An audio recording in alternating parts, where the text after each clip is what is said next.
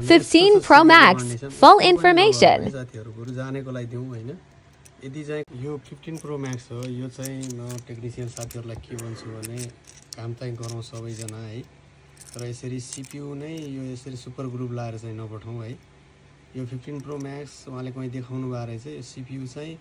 तलपट्टि मैले खोलेर हेर्दा एकदम ग्लु लाछ अनि CPU मा एकदमै पुरै बलहरु काटिसकेको छ म तपाईलाई त्यो पनि देखाउँछु अब कस्टमरले चाहिँ यहाँ ल्याउनु भएको छ मैले चाहिँ नयाँ बोर्ड रिप्लेस गर्दै छु मैले CPU ट्रान्सप्लान्ट गर्न खोजिरहेको थिएँ र ट्रान्सप्लान्ट पनि हुने कन्डिसनमा छैन म तपाईलाई यो CPU निकालेर देखाउँछु मलाई चाहिँ हामी यो नयाँ बोर्ड हाल्दिदै छौं र बाँकी तपाईको बोर्ड चाहिँ CPU मा प्रब्लम आयो भनेर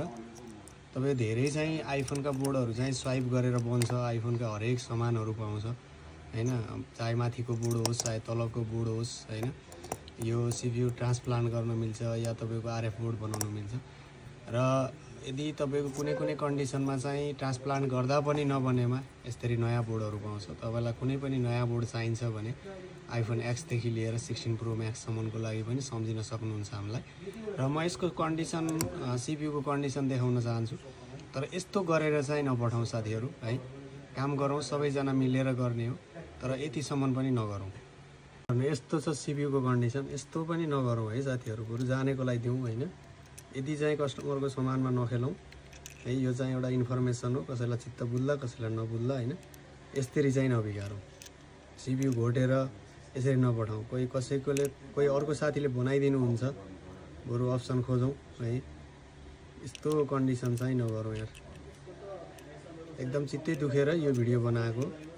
यो चाहिँ CPU सकिदैन भने बरु अरु साथीलाई दिउँ है यस्तो चाहिँ नगरौँ सो चाहिँ अब हामी नयाँ बोर्ड रिप्लेस गर्दै छौं विथ फेस आईडी